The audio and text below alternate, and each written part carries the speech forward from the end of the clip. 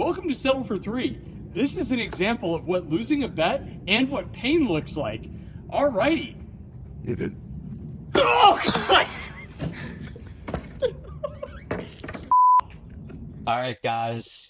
Settle for three first. I had to use a bleep button because Cameron's dropping F-bombs on the show. We promise you we are a family program, but today we're going to make an exception. Welcome to Settle for Three, Joey, Evan, Cameron. So, Cameron, before we make fun of you, I have two massive compliments for you later in the show. I'm not going to tell you what they are now. That's called a tease in the TV business. I have two massive compliments for you, but right now we're gonna poke fun at you a little bit. It took you 3 weeks to complete this bet, and a lot of harassing from Evan and I. And Evan, you were shooting this. Were you? My first question is for you, Evan. Like, what? His table selection was terrible. His table selection was awful, but what was better is what you don't see right here is this was not the first take. The first time it was way worse. We thought we could get it to break by doing it a second time, and I think we made magic the second time, but it still did not break. And it's That right shoulder is still sore. Cam, you got a table with metal bars underneath it. If you break that, those metal bars are going through your ribs. So they're actually curved. That was part of what we looked at. If you look at the underside, they're curved, so they're not going to impale me. I had already told Evan before I did the jump, hey, God forbid, we're going to a hospital that's local. But all in all, could have been a lot worse. Did you have any bruises at all? Yeah, my whole right shoulder and hip because of the first video. Maybe on a future date we'll release the first iteration. Yeah, the first one he kind of missed the table. The first one was like straight up my hip, and the second one was entirely my shoulder on a full send. But watching this repetitively really helps to reinvigorate how much pain this actually caused. Your poor dog is like, what the hell is Dad doing here? Yeah, he didn't quite know what to do on that one. Fortunately, I've seen his name like that enough. All right, guys, that was fun. We have more bets to pay it for right now. If you don't remember, before the Super Bowl, we placed 14 bets, about half of them on the game directly, and about the other half were fun prop bets related to the national anthem and Gatorade bath and stuff like that. And so we decided what the punishment would be. So let's just go through each of these right now. I have a few things to say, and then if you guys want to jump in, you can jump in. But looking at the first set of bets, so this is page one. So, Cam, my first compliment for you. Evan and I both said you taking the Eagles outright and taking Barkley under on his rushing yards was stupid, and you were dead on. Mm-hmm. You called it, dude. Who saw that coming?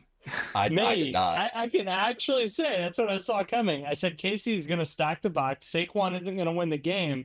You're going to have to use A.J. Brown and Devontae on the outside. And sure enough, it's exactly what happened. Oh, it worked, man. So Evan and I were way off on the Chiefs. I mean, Evan, I think both of us knew in our heads that the Eagles were better, but in our hearts, it's how do you pick against Mahomes, right? Yeah, it was just, I mean, at the time, it was really until someone can show that they can beat Patrick Mahomes and the Chiefs as a whole. I wasn't really going to pick anybody else. I mean, you got to give the Chiefs the benefit of the doubt. Two-time defending champs. They go 14-2. What are you going to do there? I mean, if you pick the Eagles and the Chiefs come out and stomp them, then it's almost an "I told you so" moment. Like, why are you picking against? Mm-hmm. But Cam, in this case, you were right. How many times are we going to say that? You were right. It's a first time for everything. I bet he is going to get that tape on loop and repeat it at his household. Yeah. Total points, we all hit the over. That was looking dicey until the fourth quarter. First carries, oof. Me and Cam lost that one. He hit the over at halftime. Mahomes passing yards, he got that on that long touchdown pass in the fourth quarter with the game out of reach. We both called Kelsey being on the other, all of us. We talked about Barkley. Scoreless quarter, I think the best chance was the first quarter. It was either 7-0 or 3-0. Yep. So there's the first set of bets.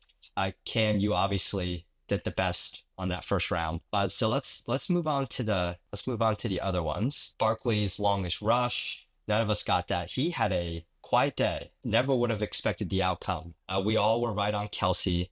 And then we got some prop bets. National anthem length. It was right on the line. It was right at 200 or 120 seconds and a half. We all picked the same thing, so we're good. Crying during the anthem, we all got that. Heads or tails, guys? I said tails never fails, and that was my saving grace today. Color of the Gatorade bath. Evan, you went with one of the underdog picks, and that cost you. And then Kendrick Lamar song. The Kendrick Lamar song was one that wasn't actually released yet. No one would have guessed it. Like, So pretty much, I was right on the Kendrick song then. no, you But didn't now I make a know it. guess. I said I don't know, and neither did y'all. So I think I was right. Okay, so I don't know if you guys have been trying to keep tabs, but let's go to the results. Aaron, you win. I came in second, Look at him. and Evan, 8 and 6. You know what cost you, dude? It was the Gatorade bath. It's I mean- always the Gatorade bath, which is what I wanted my punishment to be. But Well, you know what? My second compliment for Cam was we originally picked the punishments, and it was going to be singing the national anthem, but Cam made a great point this morning. Singing the national anthem isn't a punishment, it's a privilege, right? Because Americans are winners, and we're all winners. And we need to be. We're not all united. winners, but we are all American. All right. Let's unite around something right now, Cam. Okay? We're all winners. You're not a loser if you're singing the national anthem. So we had to change it. We're still going to sing a song, but it's going to be Don't Stop Believing. And Evan, I guess the floor is yours if you want to play some music. And I can get a timer. I only think you need to go a minute because we really I don't think want- you guys are going to want to cut me off at like 10 seconds, given the voice. But well, yeah, we could shoot for as much as possible. I disagree. I'd go for the full 3.5. All right, I got a stopwatch. So when you All get that right. music going, I'll start it, and you can just We're sing going whatever for you we're want. going through the chorus because I think that's a minute. Here we go. Don't stop believing. Oh, Hold on to that feeling. Cameron, I'm coming for you next. People. Whoa. Joey, bring us out. Don't stop believing. Hold on to that feeling. Your face is making this worth it, Cameron. People. Whoa. All right. I think the people are bleeding enough at this point. I just want to point this out. When Evan and I were in high school, he always thought that he had a beautiful voice. Thank God that you never tried to act on that. Because Hey. if you had, oh my God. You didn't even that look at the was- words. You also dude. thought you were good at football. I mean, look, if we had any kind of viewership, we definitely just lost it all with that. That was you like go. bug repellent for viewership. That was awful. All right, so Evan, you just sang the refrain, and you just sang the same 3 words. Yeah, the camera, I swear, I've lost all the lyrics in my head as soon as they came out. I really thought you were going to start from the bottom and, just a small town boy or just a Small town girl. Yeah, yeah. Well, I didn't have to sing it, so it's okay. All right, well, Next time. Evan, that was pretty good. I'll give you some props because unlike Cam, you performed the bet immediately instead of stalling for 3 weeks. I mean, Absolutely. guys, maybe if we have a subscription service one day and you sign up, we'll send you screenshots of our text threads because Cam doesn't respond at all. So half the time we have to repeat ourselves to this guy. I Yeah, I bet swear, the next punishment is just going to be Cameron having to put together a show and us not responding. I was gonna suggest in light of the combine, you guys run the 40 against each other. But I actually had that same thought, Joey. I thought that would be really fun. I don't know if that's a bet. Maybe that's just a challenge, and we show that off the top of the show next week and give some props to the winner. Maybe that's not a punishment. Maybe that's just a sell for 3 activity for the day. It's a punishment if you win, that's for sure. Let's move on to our main topic today. NFL scouting combine this week. One of the first big events of the NFL offseason. The NFL new league year doesn't start until March 12th, so we still got 2 weeks until that. But the combine is this week. the activities start on Thursday. Right now, there's a lot of press conferences and meeting the players, and it's a lot like Super Bowl week where they have the players out there on the field and they're just talking to the media. But on Thursday, we're going to get going with the drills. Guys, first off, does anyone do it better than the NFL marketing their offseason? Because you're going to have people, Evan, that watch this event in the middle of the day and they shouldn't care, but they will. Yeah, this is the time of the year that you're sitting at a bar grabbing a beer with your friend. This is all that's on TV Mhm. 24/7. And eventually you just get into it. I don't really know what it is, but you're trying to see people beat each other's times, trying to see names that you've never seen before that think they have a shot at it, and you start rooting for 'em. So I got a few more generic questions, but we'll save that for the end. Cam, I want to start with you since this was your idea. You're going to give us some guys to watch out for maybe this week I'm going to that give you. Yeah, go ahead, Joey. I'm sorry. some guys that maybe could surprise us or have a good combine and maybe shoot their way up on that draft board. I'll throw out a couple of names that I think will do well. I'm also going to throw out a couple of names of guys that I think may perform well and I think are potential busts going in the draft. Yeah, but yeah, I'll kind of continue on that trend. All right, go ahead. Are you going to just go right into it, Joey? Yeah, to do it. Alrighty. So first and foremost, probably the animal of the draft, at least in my eyes, is going to be Jalen Milroe. This is not as an Alabama fan, but you look at like a large quarterback that is a dual threat guy. The first individual that comes to mind in recent history who didn't have the best arm would be an Anthony Richardson.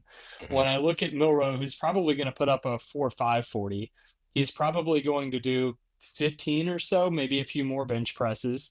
He'll run a decent shuttle. I look at this guy and he's probably going to do pretty well in the combine. But when you start looking, and I'm going to go one step further. Not only will he do well in the physical combine, but his ability to speak on tape is also really good. He's also great in press rooms. The problem is his ability to read on the field. I think at some points the combine really struggles with showing what kind of capability a player actually has on the field. When you're not bringing pressure on a quarterback, it's really easy to look good. When you're not, trying to do all these crazy things that they have to do in an actual game rep, it's very different. Evan, I wanted your thoughts on that. Yeah, that's exactly it, right? You're not under pressure in these perfect scenarios. So a lot of these coaches, a lot of the scouts, what they're looking for is what can I possibly make of this person? Maybe they didn't have the best year last year, but they also had the worst offensive line in the country. There's a lot of things that you might be able to go into it and look and see in these perfect scenarios if an NFL locker room and training staff is going to take this person to the next level. But guys, Milroe is going to jump off the charts this week, to Cam's Mm-hmm. point. But that's not the whole picture of why you get Correct. drafted. Because, you know, Bryce Young was listed as like 6 foot by Alabama. He goes to the combine and they say, no, you're 5'10. He was listed as like 200 pounds. He goes to the combine, they're like, no, you're 210. 175. So, and you see it in basketball too, where the college or the team will like list you as being taller than you actually are. Like Charles Barkley was always listed as 6'10, but the dude's 6'6" at the most. So this is just one piece of the puzzle. And the way I view the combine is this is just a team to get the metrics of the player, right? They get to use their tape measure and measure them officially themselves. They get to check their hand size. I don't think that matters that much. They check their height. They see how fast they are. They do the shuttle, they do the high jump, or it's called the high jump, right? When you hit the little things. Yeah, for the vertical. Yep. Yeah, the vertical. Yeah, the vertical leap. So and then they have one-on-ones with the players. The teams get to, and that's really their first chance to talk to the players and say, what does this guy know? What do they don't know? But the point I'm trying to make here is, in my opinion, pro day is way more important than the combine. Because at pro day, you're going to get these guys in a more comfortable element. They're going to do more for you. You're going to have more opportunity to meet with coaches and talk with them. I remember Bryce Young after his pro day went out to dinner with the entire Panthers front office, and they really grilled him on questions and had a lot of time to do that. In my opinion, the pro day is way more important, and you're going to get a better result from players in the pro day. And that's the last thing you're going to see, right? Because the pro day comes after the combine. So if Travis Hunter runs a 4.640, if he runs a 4.4 at his pro day, no one's going to remember what happens this week. I mean, The do you problem with disagree, pro Cam? day is you're doing it in your element. So when you put on your best show, you're doing it super late, and you're going to be doing it at your home stadium or at your home field or at your home Yeah. practice facility. That may not be an issue, but what it does do is give you the most possible confidence that you can possibly have. Now, when you are in the NFL and you get used to performing on a certain field with certain temperature and certain everything else, yeah, I would that's pretty accurate, Joey. I would agree with what you're saying. But don't you Well, want to see players at their best? Don't you want to know what their best is at their best?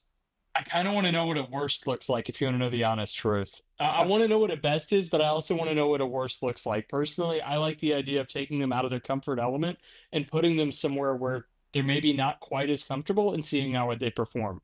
That's what's going to happen when you're playing at an away stadium in the NFL. and I here's the thing, one of the, if I had to pick one area that's probably the most important part from this whole thing between the pro day and combine is really just the one-on-one time that these guys are getting with Mhm. the coaches and with the staff. Because when back when the combine started in the 80s, right? You don't have the technology that you do today. They don't need to really see these people play up close and personal because they've got all the technology to do so. They Mhm. can Got pretty tape. much narrow that down. But what they don't see is what's happening in the locker room, how they treat the other players, how they're Mhm. treated by the other players. So right now, honestly, that's probably the most important thing. But on the other side, you do have some people that might be able to up their draft stock by being able to show those physical talents that they do have that they did not get to highlight during the year. And I think, Cam, what you're saying is Milrow is one of those guys that can really. I know you disagree. You don't think he's going to be a first round pick, but if he shows out like you say he might, I think he's going to be a first round pick because there's going to be a team that says, I can fix this guy. I Right. don't think, Cameron, but let you me, have an Anthony Richardson blueprint that you can run right off of. well, and I do that's think that there's a exactly better what, head case in Jalen Milrow, but it's also hard to, kind of dismiss that. The jury's well, not no, out on Richardson, though. I mean, Yeah, it is. he sucked He himself sits, out in a game. yeah, he sits out when he gets tired. I'm sorry, at any point, if that's how you're actually going to hold yourself right. accountable, yeah, please don't be on my team. Yeah. Okay. Well, no, and that's if we're looking at true comparisons between the two, right? Milrow this past year, he didn't have the best year, but before that, he had a pretty good one, right? He was a good quarterback in college, and he's got a lot of physical attributes towards an Anthony Richardson, who the entire year, the 1 year that he started at Florida, the entire year it was he's going to be a top draft pick. He didn't even play all the games, and he had awful stats when he He did. wasn't that good.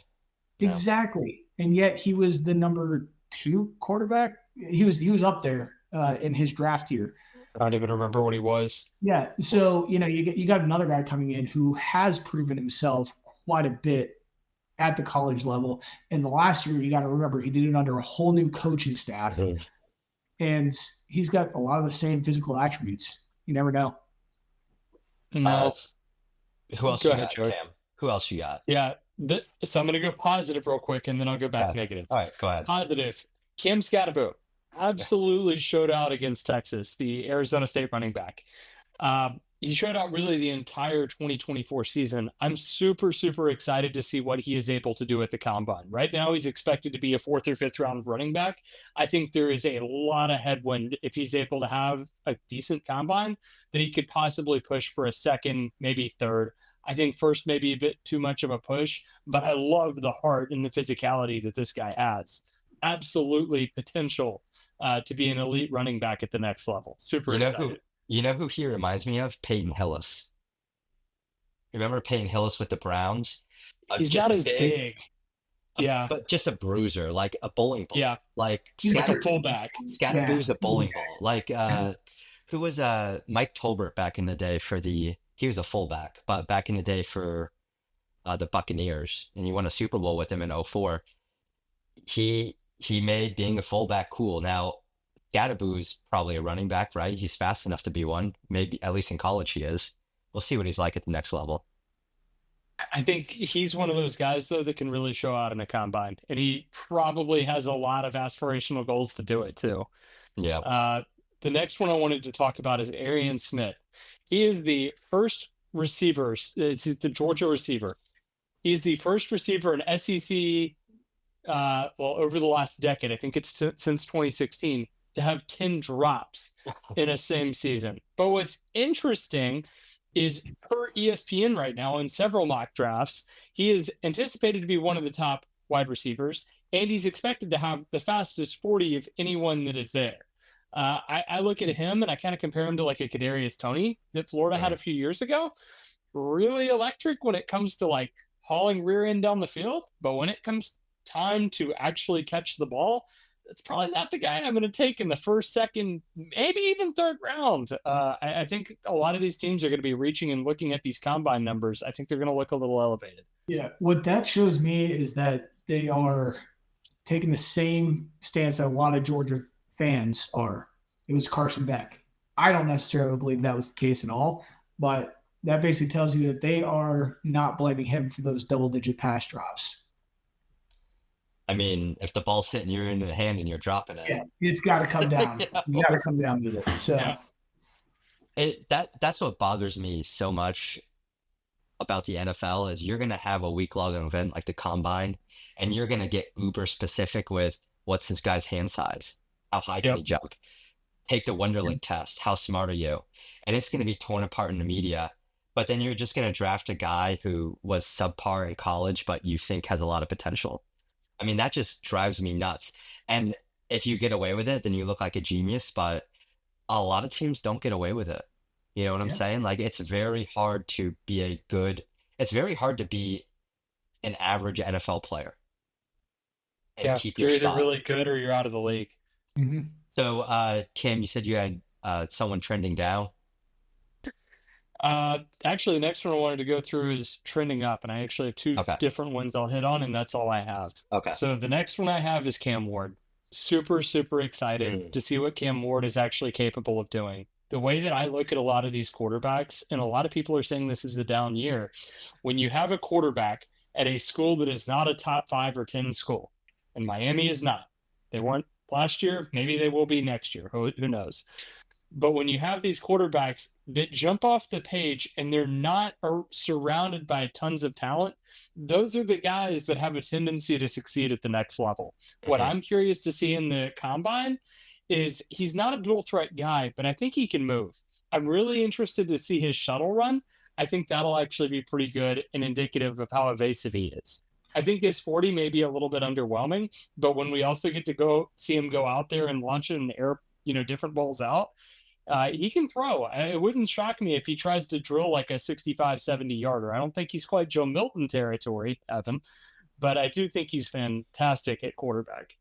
Yeah, and I don't think there's going to be a whole lot wrong with the physical attributes of Cam Ward. He has shown on the field enough times that he can extend a play. He can be that playmaker. There's a reason he was a front runner for the Heisman for so long. He has to have a really good answer to the question though of why did you sit out in that last game after you got what you needed? Why did you sit out? And he will He be only asked sat that. out the second half. That was He'll be horrible. asked. A team will ask him that. Yeah.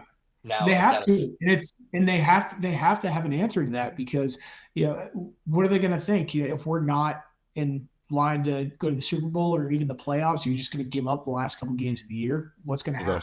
you're gonna pull a Richardson, Yeah, an exactly. A-Rich. In his defense, there's enough money involved in trying to go to the NFL, and he already knows that he's leaving Miami. I understand why he went for the record. I think it sucks to do that, but I understand why he did it. And there's a lot of money on the line if he does get hurt. because then he has to come back to school. He has to try and get healthy again. It's more reps. It's more potential for injury. Why even play the I first half? personally wouldn't play. Exactly. See, Yeah, he he wanted should the have just not record. played. He wanted the record. He shouldn't have played. He just wanted the record, and then he sat out. And I'm not saying it was either a good or a bad decision, because in the long term for your health, probably a better decision to play less football than more when you're trying to get to that next level. But he's going to have to answer for it no matter what. I mean, The last- if Miami maybe beats Georgia Tech, Cam Ward may have won the Heisman or may have had a better chance. And Miami may have, I mean, they were certainly talented enough to be in the playoff, but they underachieved and they lost games that they shouldn't have lost. Who'd they lose to? Who was the other team they lost to? They lost to Georgia Tech and they lost to, it wasn't Louisville. Yeah. I would have to go back and look. I don't remember. But anyways, they lost Come two back. games they lost 2 games they should have won. And that's what cost them. But I And they think- lost to Syracuse in week 12. yeah. Yeah, That was it. They were they would have 3 won that lost. game. Oh, wow, even worse. Yeah, so 'cause if they had only had 2, they would have made the ACC championship due to tiebreaker. So they would have been in. It was that third loss to Syracuse is what kept them out. The Heisman ceremony is before that, yeah. but even still, it shows, the level of competitive nature that's going down on in Miami. I think there's a lot of money, but it does suck to see your star athlete not play. I also think it's just the normal precedent. It sucks. Yeah. It's part of what's going on now. I don't really hold that against Cam Ward, though. I think he could be a good player to the next level. Either way. I think so too. I think he'll be fantastic. The next player and the last one I want to talk about, we're all going to have thoughts on him, is Travis Hunter. Mhm. I personally don't believe that he needs to show out all that incredibly at the combine. The level of athleticism that he has is completely off the charts. We all acknowledge it. What will be super unique is how the different teams analyze the numbers that he puts on a page to see which side of the ball that they think he is better suited for. In the NFL, I love how he did it in college, being able to play both ways. There is no way with the level of physicality that he is able to play both ways in the NFL, at least on a regular basis, maybe on a Hail Mary kind of pass. He gets a package. He gets a Travis Hunter correct. package. Yeah, Correct. I agree. He's a cornerback. It's like a Debo Samuel. He just kind of makes his own way into different plays and, is super unique in his play style. What do you guys think of him in the combine? So for the combine part, I don't think it matters. Everybody knows Travis Hunter's going to get one of the top overall. It's just, where's he going to go and what's he going to play? Personally, I think he's going to be drafted for defense because as a wide receiver, he is dangerous. But as somebody trying to stop other wide receivers, I mean, he's incredible at that. I think he was, top 10 wide receiver, top 5 corner. It's pretty good stats. But at the NFL level, right, they're going to make you pick one of them. There's a lot of really, really great wide receivers right now in the NFL and a lot of depth there. Not necessarily on the defense sometimes. Maybe the Chiefs need him, considering what we saw during the Super Bowl. But the Chiefs don't have the number 1 pick, but yeah, they could use him. I think Travis is definitely going to be a cornerback. I think he'll get an offensive package or 2 because if you're drafting him number 1, you got to give the fans more than, I hate to say it, like defense obviously is so important, but it's just not sexy. And when you have the number 1 pick, He won't be number 1. Who's drafting 1? The Titans? Is it the Titans? yeah, Okay, so they'll probably take Shador, right? Maybe Cam Ward. they've got to have a quarterback, whether it's Shador or somebody else. I don't know who it's going to be, but they have to have a quarterback. It'll be interesting to see how the Titans do it because they need so many different positions. In my honest opinion, I would trade they'd be better off not taking a quarterback. I would either trade back or I would take one of the defensive ends that are available. And I'll apologize that I don't have those names on hand, but I know this draft is absolutely stacked with them. Mhm. It is. Yeah, I could see Travis playing kick return or punt return, right? I don't know if he did that in college, but if you want to give him a chance to be explosive, put him on the field for that. Yeah. I mean, I see Travis is like a top 8 pick, maybe 10. Yeah. I'd go higher than that, but I don't know. All right. It all gets into why he won the Heisman. He won the Heisman because he was the best two-way player in the country. His stats being a defender were very good, and his stats as a catcher or receiver were very good, but they weren't leading the nation in any category on either side. It was the fact that he did both. He did both at a high level. Correct. I mean, if he played primarily receiver every snap and didn't play defense, he could have had 1,600 yards receiving and 20 touchdowns. Yep. Why not? Could he? Yeah, I think so. I agree. All right, Cam, who else you got? That's all I've got today. All right, Evan, you got anyone? No, those he hit on literally every other person that I was going to talk about. Other than that, yeah, this is an absolutely stacked combine. I'm really wondering throughout this if anything's going to change at the top picks throughout the combine. I don't think so. I think you're going to see a lot of movement in maybe that 50 to 80th overall pick where Joe Milton falls right now, because those are the guys that are going to really show out and try and get down lower. Yeah, so I think when it comes to the 40, I don't think the combine really impacts you if you're an elite player already. You know what I'm saying? Like maybe a pick or two here or there. It's going to really help the players that are no names. And two examples of that are John Ross, who previously held the 40-yard dash record. He ended up being drafted 9th overall, and whatever year he was, he flamed out in 5 years. I mean, he was literally drafted in the first round because he was at the fastest combine time of all time. And then I want to go to 3 years ago.